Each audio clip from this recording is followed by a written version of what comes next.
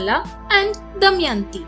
Once Nala, a powerful Nishada king with a vast kingdom, caught a swan who told him about Damayanti, the daughter of the king of Vidarbha. The swan went to Damayanti and told her about the handsome Nala. The king invited everyone to her Swayamvar, including Nala. On the way, several gods asked him to plead with her on their behalf, and he did.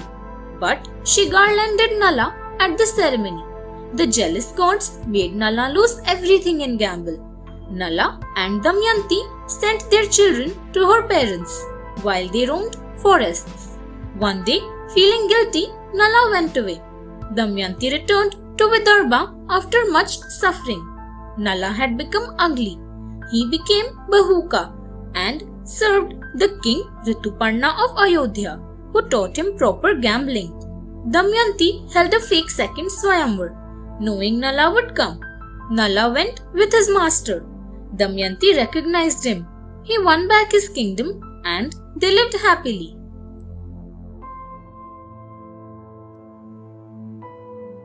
Awaiting Arjuna's return, the Pandavas and Draupadi waited for 5 years for Arjuna to return.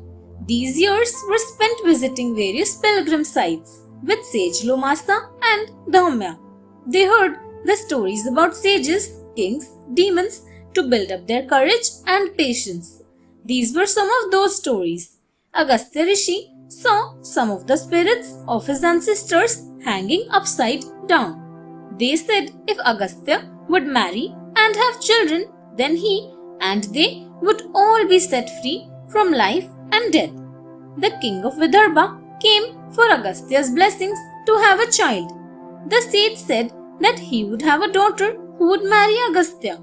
The king's daughter Lopamudra grew up, married Agastya, and went to live in the forest with him.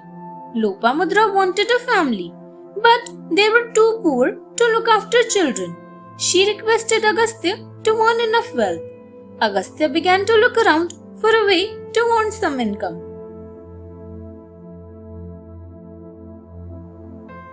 Ilvala, the demon.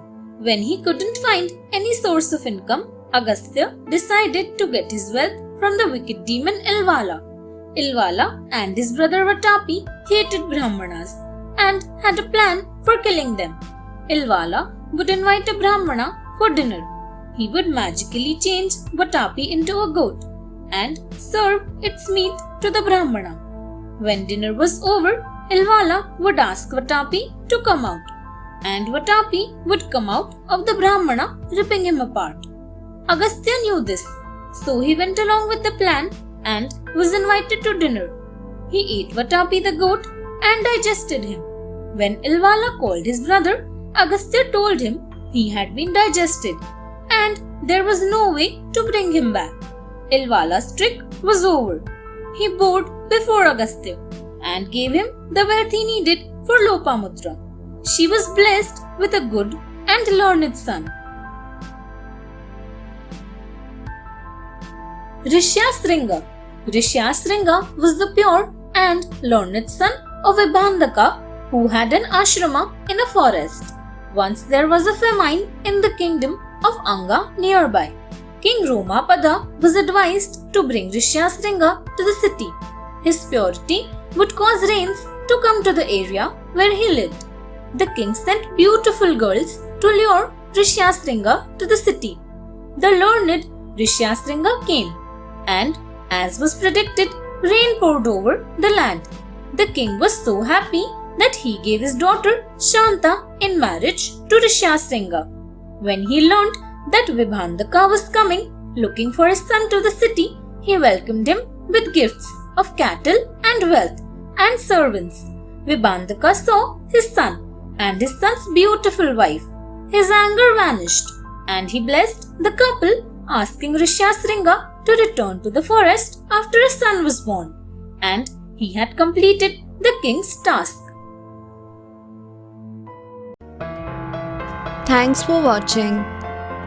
Do like, share, subscribe to Sahil Book House.